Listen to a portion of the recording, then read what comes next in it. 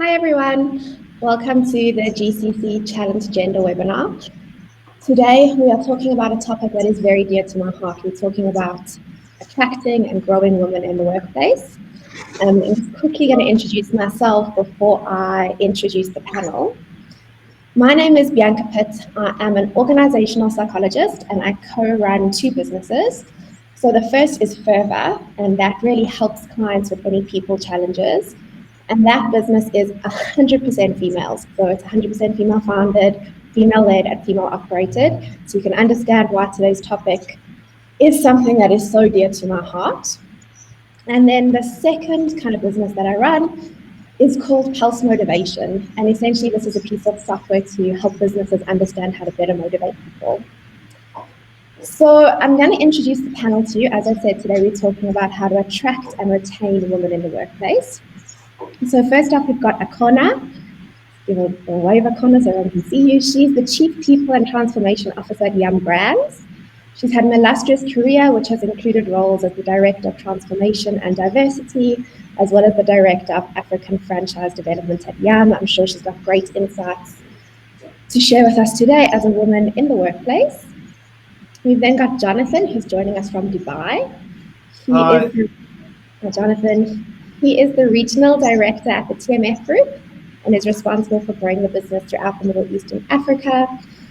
He's been at TMF for around 10 years and has had various really senior positions, from Group M&A Director and Regional Director responsible for Western Europe, and is really able to provide, I think, a great international angle in our conversation today.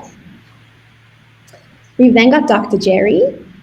So Dr. Jerry is the CEO of the Institute of People Management in South Africa. He's a business executive with a strong academic background and a lot of experience in HR and organizational development. He really works quite heavily in transforming processes linked to employment equity, diversity, and intercultural dynamics kind of in businesses. We've then got Busola, who is the CEO of the Chartered Institute of Personnel Management, joining us from Nigeria. She's an experienced business and HR leader with extensive transformation and change management expertise, covering several regions and countries. And she does specialize in leading teams to deliver solutions to really impact change. And then last but not least, we've got Samuel joining us from Cameroon. He is the head of engineering Africa for Agreco.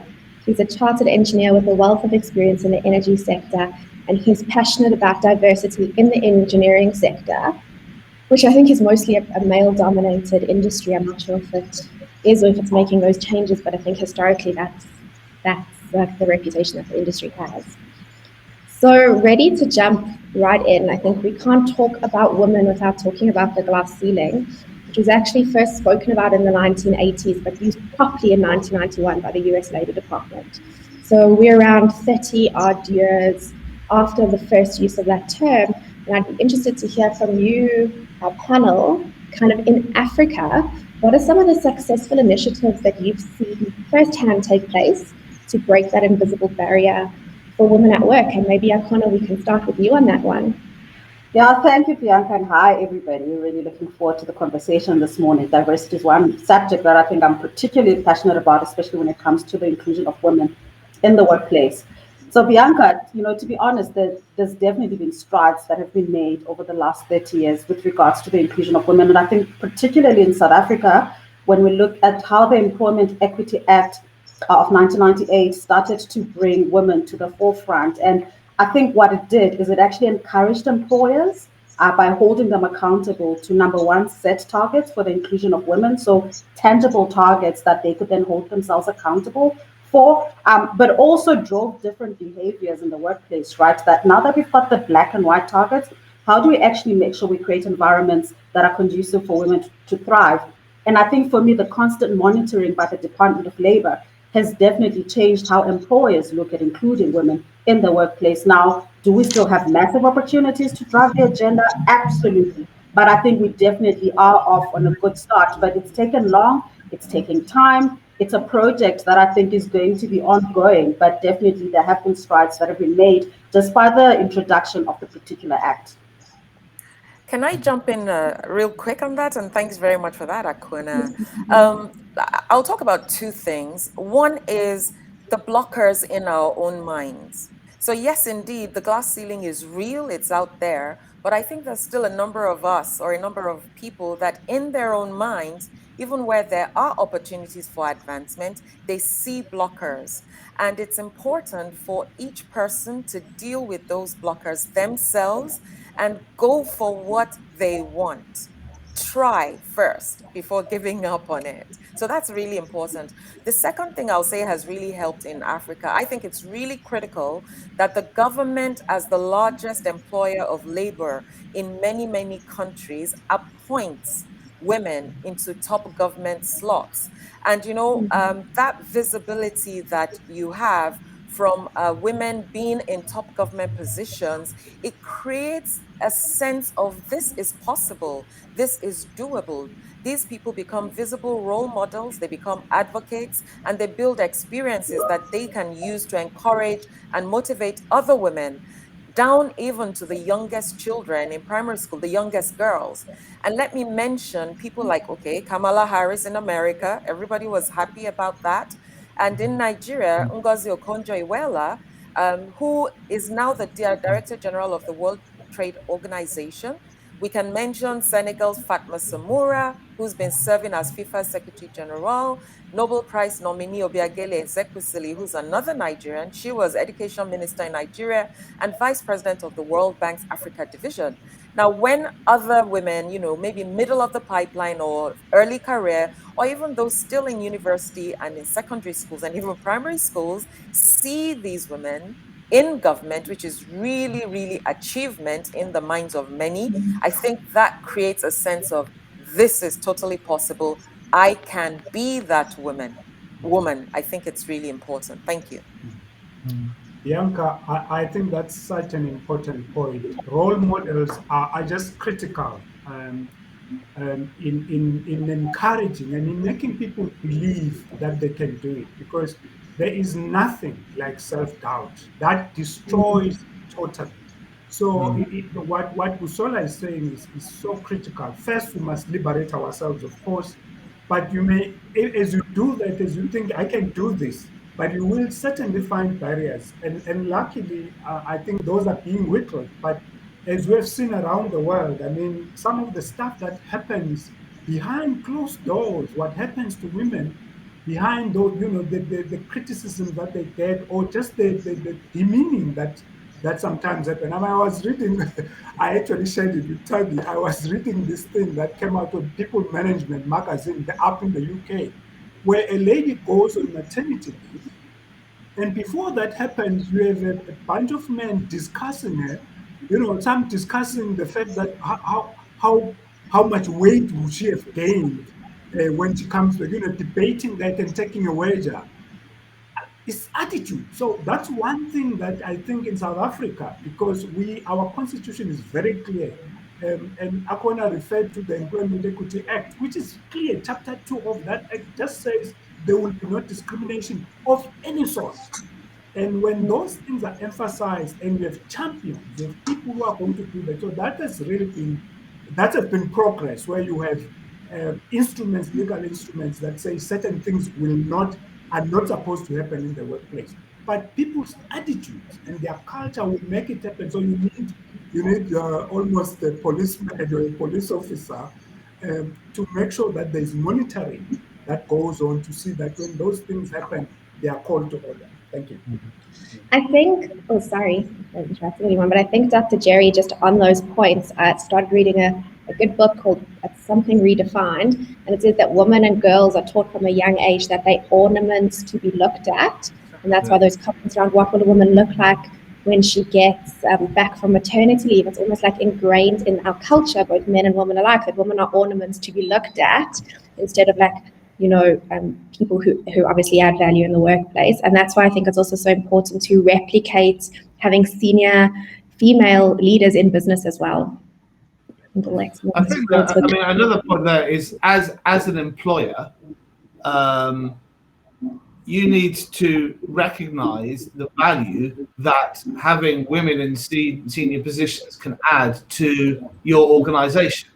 I mean, there's all sorts of studies that say that, for example, women tend to have a much more balanced view on risk management and proactive sort of attitude towards that, which, I mean, today's environment, certainly in my industry around financial services, it's getting more and more and more important.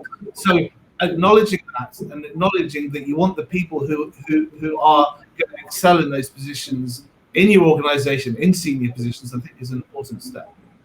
Yeah, I would like to touch a critical point. I think John, Dr. Jerry, and Sola, you have critically mentioned, the importance of having role models. Is really vital. But beyond that, there's a critical point that we need to touch. This is basically foundation. It may be driven by local policy. I've traveled almost in 80% of African countries, and when you look at the parity is really a serious concern. Considering the fact that in Africa more than 50% of the population is female, it doesn't make any sense that women shouldn't be standing at senior leadership position. What I would like to say here is that even though we may have the role models we may have the role model in place, the essential foundation may start from our homes. What education, what leadership, education are we giving to our female children? That's where we have to start. And then if we have some strong support from government, coming from government policies, and today we are very happy to see that the international organizations like IMF and the World Bank are strongly support to break down the challenge of gender parity. Because generally, when you look at Africa, most of the women are essentially in the informal sector. They have limited access to high quality paid job, to engineering, to specialist education. And this is something that we have to start breaking from our homes. I'm sure that by starting the initiative from our individual homes to our female children, that's where we'll succeed to have people, ladies, reaching the role model we are speaking about. I think. Sorry, Samuel, I totally agree with you. And you're touching on African culture and our history, one that really kind of says the girl child and the woman is meant to be at home in the kitchen and tending to the children. It is still very deeply entrenched and still very pervasive. So indeed, I think it's really important that from that very, very young age, I don't remember where I was recently, and I was talking about, the games that little children play. Why must the girl child play with a doll? Why isn't she playing with a stethoscope or an airplane model or a car model?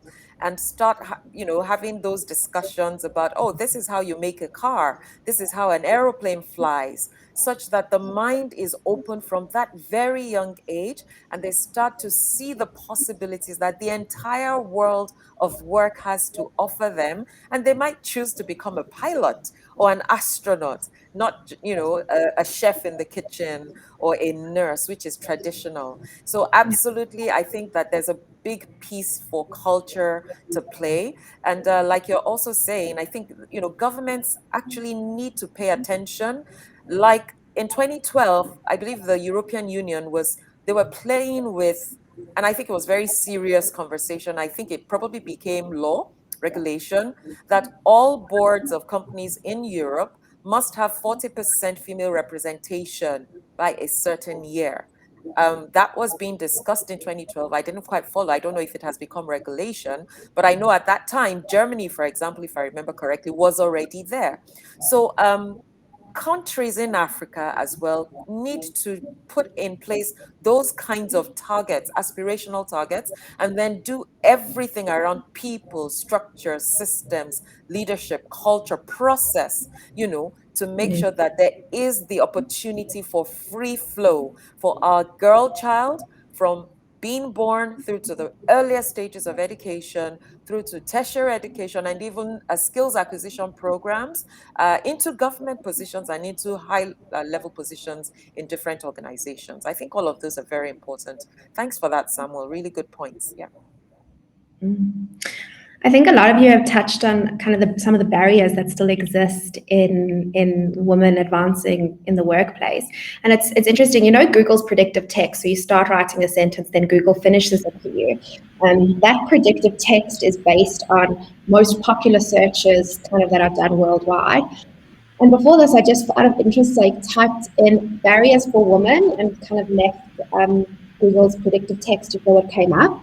And some of the stuff that came up were barriers for women in career, leadership, education, entrepreneurship. It was quite a long list.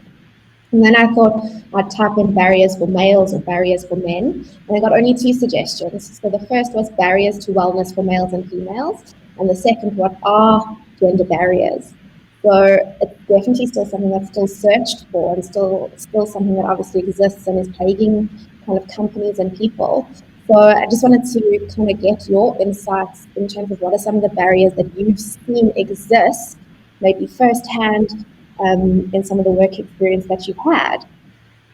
Bianca, can I just lean in here? And I think it's been mentioned already. Just, you know, for me, the first one is definitely the lack of women role models. When women don't see people that look like them at decision-making levels in the organization, it serves as very little inspiration or even encouragement for some women to know that they can also get there, right? I think also the lack of women in the senior positions often means there's lack of sponsorship for other women as well, right? That the women's voices are missing because they're not adequately represented, their voices are not heard, their voices are not taken, or their views are not taken into account. And in fact, the very fact that decision makers are not women is in itself a barrier to the advancement of women. And so for me, when we talk about including women in our organizations, it's so that those very women can become the advocates for other women. And I'll tell you, in our own organization, for example, the fact that I'm a woman in a leadership team actually gives me the opportunity to advocate for the rest of the women in our business. And there's a program that we started that I'm going to talk about a little bit later on called KFC Africa Women on the Move. And it's targeted at exactly that, at accelerating our high potential female talent into meaningful leadership roles. And the reason why I say meaningful is generally what we seem to find is there's a lot of women in our business, there's a lot of junior management women, but when it gets to getting into those really senior and decision-making levels, there's a lot of disproportion. And so part of this program is accelerating the women that we know will really thrive when they get there and get them there quickly. And I often say to this group of ladies that every time I walk into a meeting or I walk into a conversation, I carry all of them on my shoulders. I represent every single one of their voices. And it's important that there is sponsorship for women. And unfortunately, if you just have men sitting at those decision-making levels, they're only taking their own views and their own perspectives into account. Yeah, we've got a similar sort of program that we're running at TMF, actually, where we've sort of included that as a specific point in our sort of regular talent mapping process. Is this a high potential woman? If the answer is yes, then there is a whole sort of mentoring program around those individuals from senior leaders. And then for the top of those, there is then a specific sponsorship by one of the sort of groups, sort of ExCo, the chief executive, the CFO, etc., in order to promote that person, actually actively manage their career and their progress through the company. Incredible. Dr. Jerry, did you want to interject and say something? Yeah. No, I was saying culture is a big barrier. And then the culture is, let's look at it this way. Organizations have their own culture. So what's the culture? Is it a culture that promotes women, that promotes inclusivity and diversity? And of course, there is also, call it the national culture where a person may be coming from. I mean, I was talking to the lady who ran was part of the FIFA, the FIFA World Cup here in South Africa, one of the senior ladies, well qualified. And she was just describing to me that you can run a project like that, but when you go back to your home and you go back to your homestead, the perceptions are different. People are expecting you to behave differently. You can't be. In fact, the word sometimes that get used, that you're not going to do project management in this house. Okay, so the roles that women find they have to play almost be schizophrenic, behave one way when you are in the public square and behave in a different way. And I think, as Jonathan was saying, is what are we doing in our homes to liberate, to totally liberate women, because that's where it has to happen also. It's not just in the workplace, it's the attitude that we bring to the workplace. So that's a barrier when we have these attitudes towards women, even in our own private homes. I mean, this working from home, I mean, working away from the office, working from home right now, hence we know it has had a huge impact because of exactly that. What kind of relationships have we and supportive structures have we created around the home that will keep women engaged and employed? In fact, to Dr. Gula's point, I think a lot of the work around women advancement and women inclusion has always been done on the women part. So mentoring women, getting them ready, and yet the conversations are not happening with the men. And I always say, for us to really win this, gender diversity bridge, is if we actually work together with the men and cross over the bridge together. And I get your point, Dr. Gula, that as a woman, you go to work, you make decisions, your voice is heard, you get home, it's a completely different situation. You're expected to kind of silence that voice and just be the woman, because the work on the men has not been done. And I think it's important that this is not just a project for women, but it's actually a project for women, but by everybody. This is a societal thing, and everybody needs to be part of that journey. That's a really good point. Good. I would like to touch two separate points. Mostly related. The first one is related to Africa, about, in some areas there are some strong religious beliefs, which is really does not give opportunity to women to definitely step up and rise and shine at the expected position. In some religious belief, support that women should not be sitting next to men on the same office, and those barriers are really not favoring women to really spike up. The second one that I've seen in many companies is lack of innovative ideas. For example, I will take an example. When I reached the leadership position at Agrico, I start influencing the recruitment. In many cases, we have young graduates from university without experience. They won't have the opportunity to access to any strong engineering position. The argument that I took to my managers is that we have to give opportunity to people without experience to join the organization. We can fashion their brand, and these people will be really the trademark, or I would say the showcase of the company in the future. We try a couple of examples, and it worked perfectly well with graduates without experience. So this lack of innovative ideas and also from leaders showing the direction is one of the I would say this is definitely one of the blockers that we have to really support women to progress in our organizations. And I think just from first-hand experience, reflecting on the blockers, there was a bunch of women who were having lunch, all senior people in business, and one of the females said, "Oh, I've got this great candidate, but I don't know if I should hire her. She's probably going to fall pregnant soon, then it's going to be maternity leave." And then she checked herself. She's like, "I've just unconsciously biased a fellow woman because I'm worried that she's going to go on maternity leave soon." And she checked herself and walked back, and we all were sort of talking about how sometimes some of those unconscious biases are so deeply ingrained in us, it's really difficult to break the assumption that you have around maybe hiring a young, recently married woman into the world of work, and you wouldn't hesitate twice if it was a young, recently married man. So that's kind of one of my own experiences that I've seen pretty recently, but we all kind of checked ourselves quite quickly.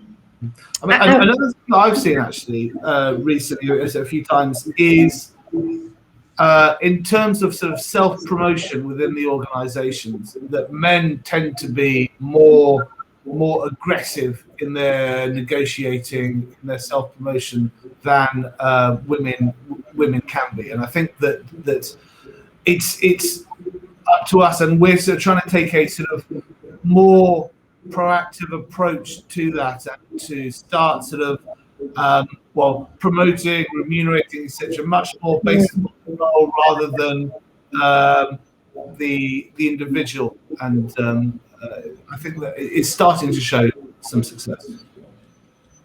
I'd love to kind of. Sorry, Bianca. Sorry. I wanted to mention, I don't know if this has been said because I got thrown out a bit. Women need to have their voices, and they need to be allowed to be heard. Because one of the things is also that people tend to assume for a woman that is not going to want to do that oil rig or in that construction project because she's female.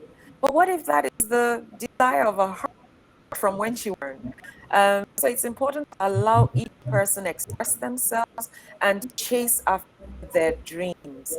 Ask them question, let them speak, let them choose, give them the opportunity, and of course, based on transparency and merit, let them get the job and let them show what they can do and what they can deliver. That's important as well. Agreed, Busola. Sorry, your connection was a little bit shaky, but I think we got a good portion of what you were saying. I want to kind of change tracks a little bit and talk about really practical ways that we can build value propositions to attract, I think, females at different parts in their lives. So we've got working moms who still, I think, hold the vast majority of the responsibility around the house, and that was kind of magnified quite strongly during COVID when you had to be home with your kids and have your online meeting. I think from a lot of the working moms I work with was quite difficult. And then you've also got to have a strategy that attracts young people into the organization, graduates. So I'd love to know a little bit about kind of the strategies or the messaging that you each employ to attract females into your business from a talent attraction perspective. So Bianca, I think what we've seen as a business is every time we engage women in our recruitment efforts, the one question we keep getting asked is exactly around inclusivity and how much diversity we have in our teams. Women want to know, I'm coming into an environment where my voice will be heard. The fact that I'm a woman will not be a limiting factor, that there are support structures and mechanisms for me to thrive as a woman, regardless of my situation, that there's enough flexibility for me, whether I've got children or I've got studies or I've got other things that I want to do, there's enough flexibility for me to do that. And actually before, even remote working was a thing, as a business, we introduced a policy called Ditch the Desk. This was aimed at introducing flexibility in a more formalized way, and not just for women, by the way, because we're very conscious that in our agenda of driving inclusion, that we're not inadvertently excluding the male employees in our business. And so Ditch the Desk was for everybody, and it allowed employees to flex their week and decide when they want to be physically in the office, when they'd like to work from home, to work around picking up kids from school, studying, anything that kind of fell outside of their normal 8 to 5. And so we did away with the typical 8 to 5 just to introduce flexibility. And what we saw was we started attracting a wider talent pool, right? Is even if you're not geographically based in the same city as our office, we could still talk to you, because office is no longer a thing now. And I think that's definitely allowed a lot of women more flexibility. They feel that they can grow in the organization without being limited by the other parameters in their lives, but also it allows men to grow in our organization. And so diversity for us is not just about it's not about taking away from men to give to the women, but it's creating an environment that actually embraces everybody, where everybody feels that regardless of my gender, I can still grow. And actually one of our employee value propositions is around being your best self. It's 3 pillars. It's be your best self, make a difference, have fun, regardless of what you look like, regardless of who you are. Flexibility needs to speak to each and every single individual. Our belief is a day has 24 hours, and how you flex your day and divvy it up is up to you. You should work in a way that makes sense for you. For example, I work best at night when my kids are sleeping. I can do that, and I know during the day I can spend time with my children. And such is the environment that we've created that I really believe stands out for a lot of, especially women that want to join our business, knowing that they can still continue to grow without being tied down to specific working hours.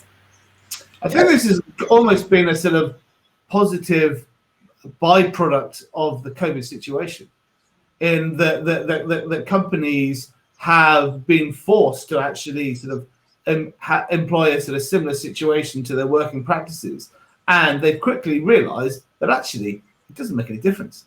Things work just as well, if not better sometimes, under these environments. And I think that that's a kind of a very, very positive development. I mean, certainly in my organization, we're actually kind of proactively and actively being encouraged to look at how we can be more flexible, how we can put in place the structures to enable more flexibility in the workplace. And I think that's a really good development. Yeah, I would like to share with you some of the critical initiatives that we have to in Agreco, considering that we are operating in a very large environment with the geographical silos, the cultural and the religious silos. We created what we call the female community, basically to provide a safe and supportive space to enable career development, sharing experience, coaching, mentoring women within the organization, and supporting colleagues through some listening session. And that's one of the greater initiatives that we created, to bring together all the women who work in the organization and to operate on a single pool.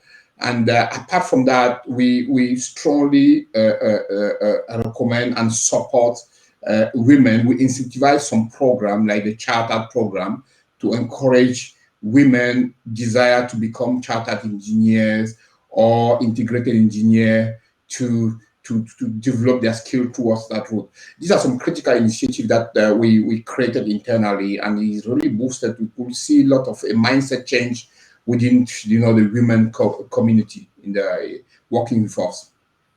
Yeah. Just to add there, I mean, one of the things that in a company where I worked, not my current company, one of the things that really worked hard is when we have a focused development as part of your EVP and targeting. I mean, I was in the oil sector, so one of the things that people were saying is that we don't see women, climbing up the ladder in this particular sector. And the oil sector then decided that all the 7 major companies decided, listen, we're going to put together a program, and we're not going to be competing here. We're going to pool all our resources as corporates, as oil companies, and set up a program with a local university. And that program is strictly, the first 5 years, it was strictly for women. Only women could get into that program. And that saw an acceleration, and it covered all the areas of the value chain or the supply chain of the oil sector. And it was a fantastic program. And that saw people then, coming up and actually getting appointed. And as Akona said earlier, the sponsorship, where does that program rely? It was a CEO's kind of program. So the CEOs are responsible for making sure that it is successful. So you locate it at the right place, and that initiative, and it will then, and you don't just train, you are trained and you actually identify slots where people are going to be moving into, promoted into.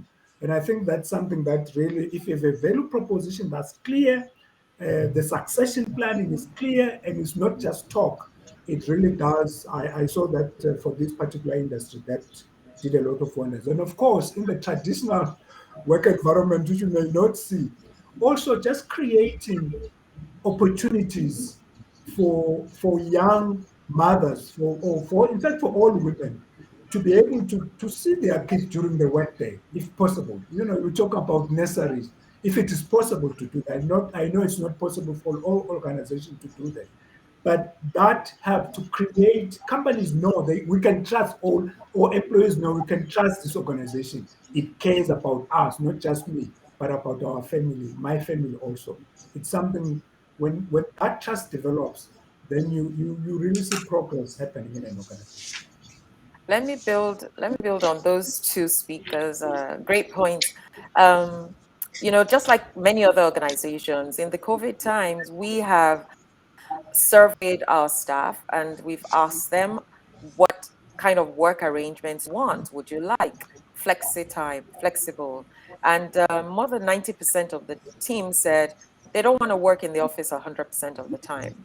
They also do not want to work at home 100% of the time. So we ended up having a flexi arrangement where each person has selected the days on which they want to be in the office and the days on which they want to work from home. And they are very, very happy. So a very key point is the open-mindedness that organizations must continue to have on these matters of, employee experience and driving positive engagement and experience across the entire workforce. And by the way, it is both the female workers and the male workers. And by doing so, what Dr. Jerry was just saying about women needing time to spend with their kids during the day. For example, there's school runs to do. There's all sorts of PTA meetings sometimes to attend. I personally, for many, many years, have always said, I don't really care where my staff is working out of. I mean, if you're not a factory-based worker and you must be in a particular place at a particular point in time, there's no reason why you can't work about anywhere you choose to work from if it's convenient for you on that day and at that particular time. And I say it's important for not just the CEO and the executives, but the team leads and the supervisors, the managers, to understand and allow that for their female workers. Because guess what? These same workers, and including the men, if they have to do a piece of work late in the night, which is after office hours or weekends, they put in the hours, they do the work for the company. So if on the other side of the continuum, because look, life and work is a continuum, it's not one or the other, they happen together in tandem. If a woman needs a bit of time during the day to take care of a child that is sick, or go to a PTA meeting for 1 hour, what does it really matter? For as long as we keep our eyes on what is absolutely fundamental in the world of work, and that is the delivery of results and outcomes. And it doesn't matter whether you're doing it during the day or during the night. Meet your targets within the set deadline and time frame, and everybody should be happy. So I think that's also important. Yeah, it's a question of trust. Like you are trusting your team to deliver. You're not like sort of trusting them to sit behind a desk in an office for between the hours of 9 or 5 of a day. Yeah, and sorry, one very funny thing is, look, historically, people tend to think that just because I can see this person physically in the space, they are doing what I expect them to be doing at that point in time. And we used to joke that, look, we have so many staff or workers in the office, they're playing Nintendo games on their laptops or on the computer, or they're at the stock market selling their shares from 8 to 5, or they may be sitting in a meeting and they're actually having an out-of-body experience. They're in a disco party somewhere, but you can see their bodies. So indeed, Jonathan, it doesn't particularly matter to me. And I guess we need to think about that. Yeah, definitely on the concept of flexibility, it makes a lot of sense as a clear EVP. I think there's also some roles where they don't have the luxury of being flexible. They have to be in store, they're in retail, they might be doing certain roles that you have to be in the office to do. And then, the EVP is around how do we accommodate people there. Like I like what Dr. Jerry said about a nursery on site as an interesting kind of thing, not to have to pay for additional care. Interestingly, on just attracting females, one of our clients realized that they had a low number of female applicants, and they went and they looked at the wording in their ads, and they realized that they were being too heavy-handed on the wording, like must have exceptional experience in. And I think it's speaking to what you said earlier, Jonathan, that men tend to rate themselves better. So men saw the ad and said, I have exceptional experience in. And women saw the ad and they thought, I had very good experience in. I shouldn't apply. And they actually changed all of the wording in their adverts to be a little bit more kind of, not moderate, but a little bit more humble, if we could say, in how they phrased it, and they started to get way more female applicants. So I also think it's really interesting to think about those sorts of things, those small things, and how it actually can have a big knock-on effect. Which I thought was interesting.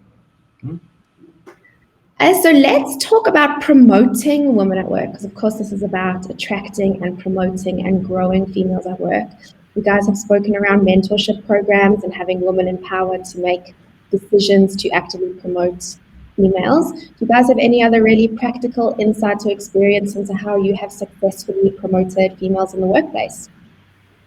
I'll share one. So I alluded to this earlier, and I think Dr. Jerry also spoke around, creating programs that are specific for the advancement of women. So we've done a similar thing. And I think the real power of our program is not just in the, they've got mentors and they've got networking events, etc.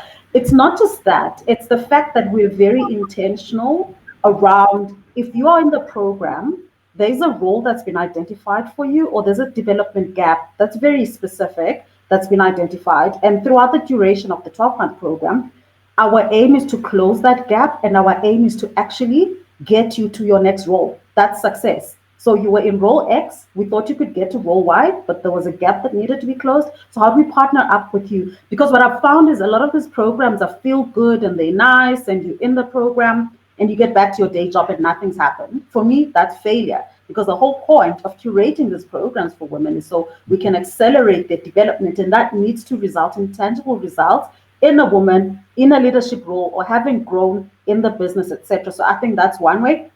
The second part, which I think is even more important, is around capacitating leaders and managers or coaches to actually manage multicultural, diverse teams, and actually be able to manage teams that have women, and how do you coach women for success. So one of the things we've done is we've introduced what's called cultural assessment surveys. It's like a CQ assessment. So a lot of organizations will focus on the IQ side, which is technical competence, what can you do, and also on the emotional side, which is around leadership development. What we've added is a third element, which is a CQ assessment, which measures a leader's ability to manage a multi-diverse or diverse team, and then actually give them a report that says, listen, these are your blind spots, and these are the areas that you should actually be focusing on as you are leading a diverse team. And what we've seen out of that is suddenly people are way more aware of how they lead, and then they also aware of how their teams prefer to be led. And what we've started to see is leaders are now starting to adjust the way they lead to be more reflective of the teams that they're leading versus than what their personal preferences are. And I think therein lies the success, because you can have a program in place, you can have policies in place, but people need to implement the policies, and people need to believe that we're doing the right thing. And if they themselves don't have the skills, if they're not capacitated, if they've got unconscious bias, then all of your plans and programs are actually not going to be as successful. Yeah, I like what you're saying about this bias to action, because we could have all these strategies in place, but it has to result in decisions and action that accelerates the appointments of females into these positions. Some of the things that I've worked on and seen work is, indeed having a very strong DEI strategy and creating that enabling environment through conversations across multiple levels that speak to gender representation. Then, of course, female networks where women can speak with one another about their challenges and their strengths and the things that work for them as they each navigate their careers. But even embedded in the female network, I've seen it really positive when there have been male sponsors of those female networks. Because as we know, if we have currently we have more men in those decision-making spaces, then it's important also that many more of the advocates and the sponsors are men. And then another thing that I've seen work really well is sponsorship. But I think I mentioned it before, but always we say to everyone, women and men alike, you must excel or do well in the current role you're in and in everything you do. Deliver well. Do it to the best of your ability. Don't think that because you're a woman, you'll get that next job, or because you're a man, you should get that next job. No, let it be based on your performance and your potential. So that's part of the communication and the engagement. And then on top of those four things is then in my role, I was once a global talent manager in a global oil and gas company. And I had that job of filling global positions through a resourcing process that involved a number of stakeholders. So first of all was making sure that the person that had that job to do is themselves passionate about gender representation. So put the right person in that role that comes with the heart, that comes with the passion. And it wasn't only myself, even my boss that I worked with had the same passion, and he was a man. So that made it really, really great for us. And, when we did all those resourcing processes and it got to, okay, these are all the applicants for this position, we had done a lot of work also behind the scenes, encouraging people from the data pool, women that we knew had strengths that we believe could do well in this job or that job, encouraging them to apply for those senior positions. And then, of course, having the advocates around and in the panels, really, really talking about the strengths of the female applicants as well, and ultimately making the female selections through those transparent processes. And that really pushed the needle on the gender representation. Thank you. Bianca, just to add, I mean, that's such a wonderful, those are wonderful examples that Busola is giving us.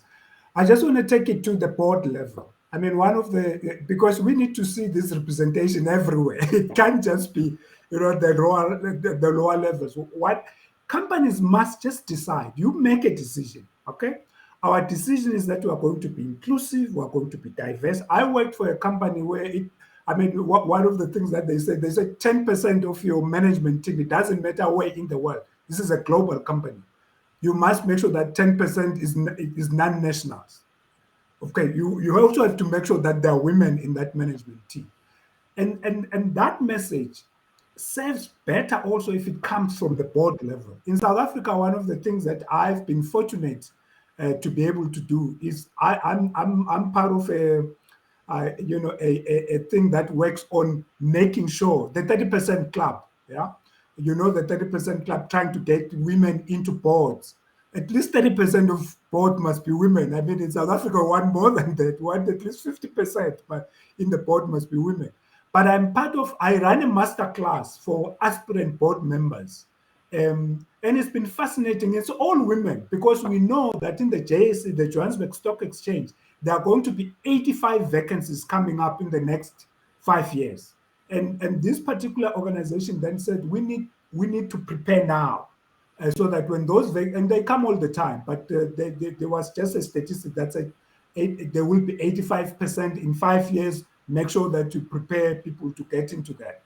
These vacancies come on, but when you have a target and people know you are transparent about the target, I mean, it's been interesting to me to see young women, educated, very clever, joining these master classes and covering all sorts of areas to make sure that they are ready for those positions. What am I saying? I'm saying companies must make a deliberate effort to say, at every level of our organization, we want to make sure that there's equitable representation of gender. And when that happens and you communicate it in the organization, people are on the lookout. They want to know. And I think in South Africa, we're fortunate in that the employment, as Akona said, the Employment Equity Act requires that there are targets. And those targets should not just be, tick box. They must be real. You must be promoting people up those ranks. And I think boards are now challenged to do the same. Because if there's representation in the board, hopefully it will trickle down, influence what happens in the organization at all levels. Thank you. I think that's great. And soon we'll open up to audience questions. So if the audience just wants to pop questions in the chat, I'll make sure that I collate all of them. But before we do, if we have people who are watching who want to really start focusing on attracting and growing women at work, I'd be interested to hear one or two pieces of advice that you would give them, the most important things to start with, maybe from each of you, because I think you've been so insightful. So maybe one or two pieces of advice to people who want to actively start doing this in their business. So let me start. Number one, and I'm going to just allude to what Dr. Jerry just said, have a vision for gender representation in your organization. It starts with that clarity. Have that vision and have your intent crafted and articulated into very specific targets that you wish to go for, and then support that with your data analytics. So if that is our aspiration, where are we now? What does our data tell us? If there's an aspiration to have 40% board representation by year so and so, where are we now? What do we have through the pipeline? And therefore, what actions do we need to start to implement to push the numbers in line with those targets that we have set? And as you do that, infuse that into every HR process. So Dr. Jerry's story just now, it spoke to succession planning. The organization he mentioned that's going to have 85 vacancies in the next 5 years, they know. And they are starting to work on getting an inflow of talent into those roles. So those have to be critical elements of what are thought of and put in place. It's also about to add, and appreciating, I think, sort of what you're missing out on by not having women in those roles, and understanding the particular and specific skills and benefits that having women in these roles will do to enhance your organisation. I think for me to add is, and I love the points that Usola made. I think even before an organization gets there, they need to be able to articulate their why. Why do they believe the inclusion of women is important? Because if you don't believe that, and you put all of the structures and you change your policies, I promise you now, when the going gets tough and you struggle to attract the type of women you're looking for, you will probably go back on your commitments. And someone's just made a comment now around, despite the legal compliance and efforts, research still shows that only 5% of CEOs are female. And it talks to exactly that. I think a lot of organizations are not sold on the reason why it's important to have half of the human capital being represented in the organization. For example, for us, we were very clear that we want our leadership teams to reflect our customers. It's important. If we are selling a product to a customer who looks a particular way, our leadership teams, the people who are making those decisions, the people who are talking to those customers, need to look like those customers. They need to have a perspective that reflects those customers, and that's our why. And so even when it gets tough, when we go to market and we're looking for a particular role, and we'll say these vacancies, we are specifically looking for female talent. And when we struggle, we've had roles in the organization that have been vacant for 18 months because we're not going back on our commitment. We know why it's important. It's a sustainability conversation for our business, that for us to win today, but to also win in the future, is our business needs to look like our customers, and the people that are making business decisions need to look like the customers that they're making decisions for. So until you are grounded and rooted in your why, it gets very difficult to see through any of the programs and policies that you've got in place. I would like to touch a point, maybe coming back on what Akona said a couple of minutes ago about, doing the gap analysis to understand where we want the women in the organization to land, what effort should be done. And I think essentially having some process in place, like, the talent card to track the talent dynamics within the organization will definitely be key. It's good to understand who are the people we have in, what is a gap analysis, or where do we want those people to land in a couple of, maybe in a month or in a year or a couple of years, and start working through that development. We don't want here just to favor women and said, okay, they have to stand where men are, but they have to go through a consistent development process. And I think that's one of the key tools which will be definitely useful to uplift or cherry pick women within organizations. Excellent. I see here we've got a question from Zwile, which we already sort of addressed, but she said, despite all the compliance effort, there are only 5% of females in CEOs private sector. What does this say? The commitment and intention is lacking clearly. So I don't know if anyone on the panel wants to address that. Bianca, it speaks back to what I said about boards, because who appoints the CEOs? It's the board. So if the board is not sold on the idea, it's not going to happen. And again, so that's where again, because remember, we have boards being for a long time, and the things have been like boards are being run by a certain gender, and we need that gender to buy into the fact that we need to diversify these things. And if the board then has that understanding that this is what we want to see, and across the spectrum, across the economy, can't be one. I mean, there are companies even now in South Africa that are doing very well in terms of who sits in the board, who sits as CEO, but it's not enough. All right, so we need to prepare a lot more people. We need more boards or companies to believe that women can run this organization. You can look at all sorts of research. Deloitte is a leader in this. Uh, it's clear companies that are run have executives that are female, a lot of executives that are female CEOs. In terms of how they perform, the performance is always superior. Why is that? So why do we doubt the fact that women, because of the diversity that they bring, just in terms of thinking, not just in gender, they actually add a lot of value. So we need to change all those stereotypes and things that we have and allow them to be part of the. I've told my board that when I get out of this position, I don't want to be replaced by another gentleman like myself. It must be female. The organization is, and that's, I mean, I'm making my intention clear. Will the board buy it? It's up to them. But you've got to advocate for this. Boards must direct it and guide it. Dr. Jerry, I would like to just add something on what you have mentioned.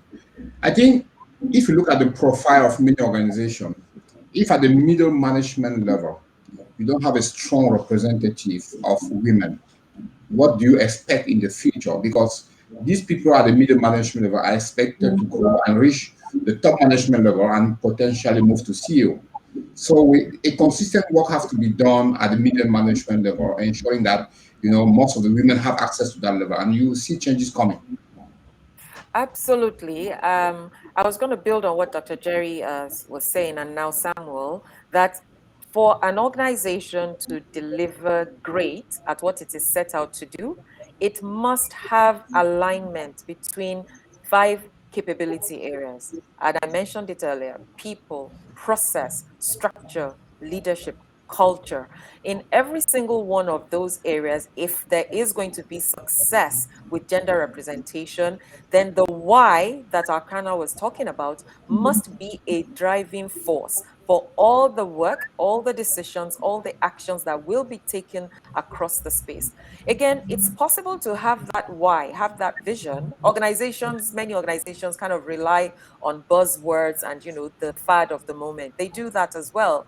But the supporting systems and processes that help to drive action and deliver the results are missing.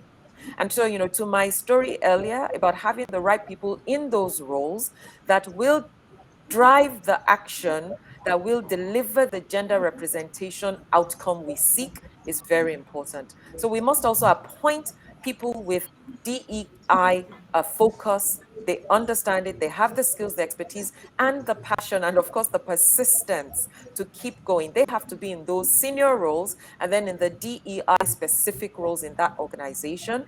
And then there must be an ecosystem of supporters as well. We have to keep advocating and growing the group that believe in this vision and collaborate to achieve those actions through, of course, the processes of the organization that would help achieve the goals as well.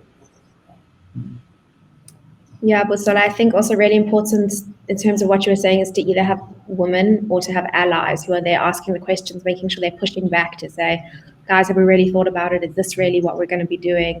Is this who we really going to be growing? I think that's important. And Zwile's also said here that make leadership accountable, add to the business scorecard. Otherwise, it's just a tick box exercise. And of course, with being on the business scorecard, there must be initiatives like you spoke about that flow through the organization that actually create real opportunities for growth. We have got a question from Yael saying, do you believe that businesses spend enough time understanding what drives and motivates women at the different stages in their lives and their careers? It often feels like their drivers are assumed. And I guess what motivates people can have such a big impact on whether they're retained in the business. What do you guys think? I think that question is spot on, actually. People talk about women as this homogenous group of people.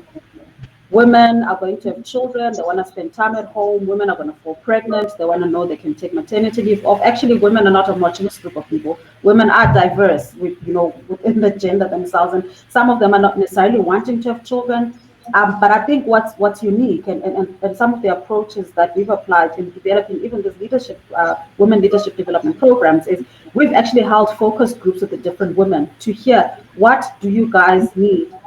How would you like us to partner up with you to help you to drive your career? Depending on the life stage you're at, depending on the things that matter most to you, because we're very clear that we don't want to put together a program that's assuming that all women want the same things. We want to understand what their needs are and then meet them at their point of need. And so the insights that we started to get out of that helped us to develop a program that then we literally divided up into 3 chapters, because we realized that because different women are going through different journeys in their lives and their different stages in their career development, not all of them needed the same level of the same types of interventions. And so we divided it up into 3 different chapters. We divided the women up into 3 different groups depending on where they are, and we categorized them, and we made sure that depending on where you are in your career growth, you are getting the right interventions to support you. And then the overarching theme was around, as women, we're not men. Men are wonderful at what they do and they play to their strengths, and we appreciate it, and there's lots that we can learn. But as women, we also have unique leadership qualities that we bring to the table.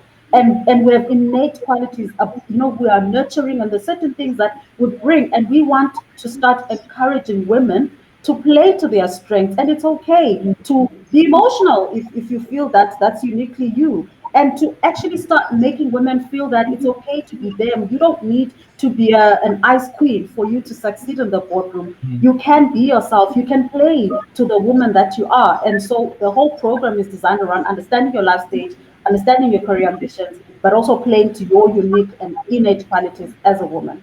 Yeah, I'd also state maybe that the fact that we're actually even having this discussion actually says that boards and senior leadership have not been doing enough to address this question. Yeah, and I think, going back even to what you were saying, Akona, even that piece on emotional, we've been taught that emotional is bad because it's a term associated with women. And I wonder if it would have the same association as less desirable if it wasn't associated with women. So I guess that's back to the piece of kind of that unconscious bias that I think is right. But we actually did a really interesting piece of research. If you know what motivates people and you tap into it, people are better retained, engaged, and they grow in the business. And what we found is that women wanted more work-life balance than men. They wanted to make people happy, which was like a very deep internal driver, significantly more than men.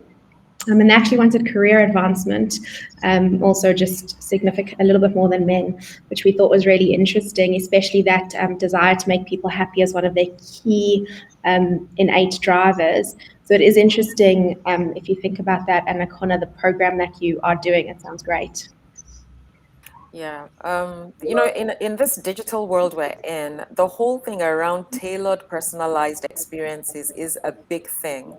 So understanding, as Akona was saying, the different groups of women, depending on their stage in the life cycle, it's really, really key. And I mean, we can use digital solutions as well to distill some of that and to tailor specific interventions that will help to meet those motivation factors of different women as groups and even as individuals in the organization. I think that is so important, and kind of using data to do that is also really, really key. Agreed, Busola. We have got Mary Ann, who said it's about 26 years since Beijing conference. Lots of talk has taken place on the gender agenda, but not much has been done to appoint women in key leadership roles. Why is that? Well, I tend to agree and also disagree with Mary Ann, because I mean we currently in the world, I think we've had during this pandemic, we've had 5 countries led by women which have performed much better than any country led by men in terms of a response to the pandemic. I think New Zealand is one of them. Is it Iceland? Then Finland? I can't remember the country, but I think there are 5 countries that did well. Now, if you look back, presidents in 26 years ago, I don't think that you could put them in, past 2 fingers. So we've had female leaders. I'm talking national politics, and I think in certain parliaments we've had since 26 years ago, we have had quite a number of MPs or politicians being female in some quarters of the world. But of course, there's still one thing that I agree with her on is that there's still a lot to be done. I mean, all these movements that we've had that have just shown us how ridiculous sometimes workplaces have been and how dangerous they've been to women. So it is true. That's why I agree with Marianne that the workplace, if you look at the Me Too movement, years of real subjugation of women in the workplace. So that just shows there's still a lot of work to be done. As a man, I live in a country where GBV, which is gender-based violence, and it's directed at women. Yeah, as a man, it makes you just your heart sink to see what we're doing. So there is a lot still that needs to be done, and I think as Samuel said, it's not just in the workplace, it's not just in society, it's what's happening there in the four corners of your wall. What are you saying? What are you doing? What role modeling is happening there by everybody involved? Yeah, so there is still work to be done around the emancipation of women around the world. I mean, there are tragic stories, particularly when we talk about GBV, gender-based violence, sexual harassment around the world, and we've been running webinars on this subject. It's sad to see, but we're all being called upon to change. I suppose that's the message that when we talk about diversity, equity, and inclusion, that's what we want to see in society. Yeah, Dr. J, I would just like to say something very positive. There have been a lot of initiative, and today, when you look at the sector of entrepreneur, you realize that there are a lot of women taking the leadership of owning business companies, which is not something that we used to that has been existing 24 years ago. And when you look at high level universities, look at the gender parity in the universities. This is where the game is going to be changed. And I'm sure that even though many companies do not set gender parity as one of the critical criteria, what will happen is that once we have a large number of women, well trained, away from what I would call the basic sector, like the basic sectors, and well educated, we will start to have some visible changes, in many companies' profile. And we have to be very, very positive because the game is already changing. If you look at universities and high level of education, really you will see that we have start having a very strong representative number of ladies appearing. It's just like ice break. Sooner or later, it will start floating on top of the river, and the women will be able to drive some consistent change across the world. Agreed. Thanks, Samuel. So any other questions can come through kind of on the chat, but pending any other questions, just in closing, I thought today was really insightful. I think it was practical. All of you gave really great, meaningful insights into how anyone listening here could go and maybe do one thing that can spark positive change for women in work in their workspace. Just interested for any closing remarks from each of you, just on kind of a message that you took out of today, or a message that you'd want our listeners to take forward out of today. I'll just go for it. Oh, okay. All right. My closing remarks would be to think empathy. Put yourself in a working woman's shoes and help make her life a beautiful experience. She needs to pay prime attention to all her responsibilities, all of them, and accountabilities for her to be complete and a highly productive worker. And those accountabilities indeed include being a wife, a mother, and a high-performance, respected worker and colleague and professional during work time and other times. So I see life as a continuum between work and home. They each seep into one another.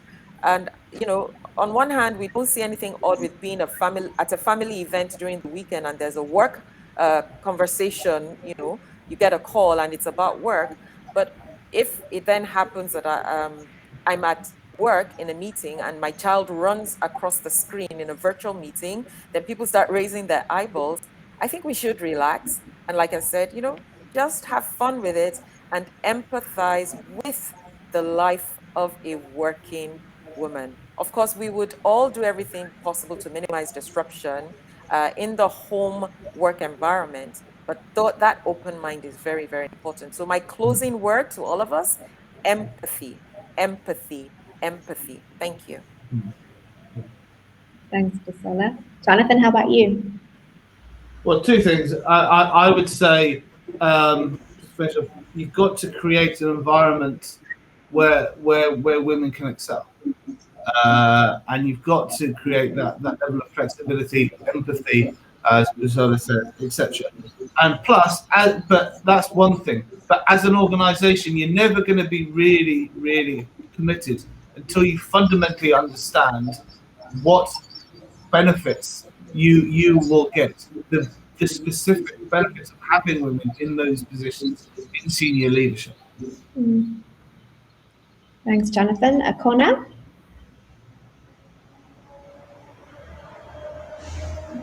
Akona, I can't hear you. I think your signal's gone. I'll circle back to you. Samuel?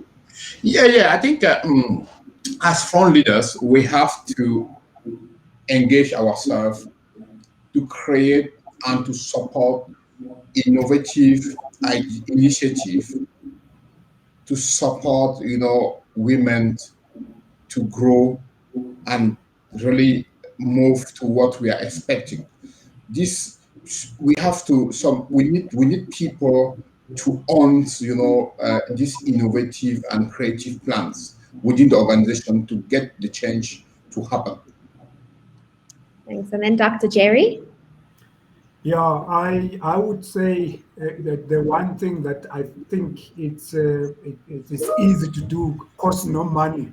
Ask the women what makes this place work for you and what makes it not to work for you.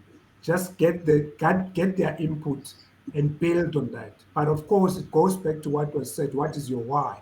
Because once you start engaging and asking that question, you're creating expectations, and you must be prepared to take that forward. But there's nothing like asking your employees to give you feedback, because that feedback is going to be genuine, it's going to be right, and it's going to help you to build a better company that is sensitive to the needs of women. Ask the women in your midst, they will tell you. I love that. Thanks, Dr. Jerry. Akona, are you back? Can we hear you? Yes, I am. Yes, I am. I'm back. Thank you. Bianca, for me, I look forward to the day when we no longer have to count the number of women presidents around the world on our hand, when we do not know who are the female CEOs around us, when we do not know their names because there are so many of them. And the day when we stop looking at women as just women, but we actually look at women as part of the human race, when we start looking at women as high functioning members of society, and when we no longer need to make room for women, but actually there is enough room for women to fully participate in our economy. I look forward to the day when we raise young girls to be proud of being a woman, and we raise them to be the best of who they are, not because they are women, but because they are fully human. And everything that a man can do, they know that they can do.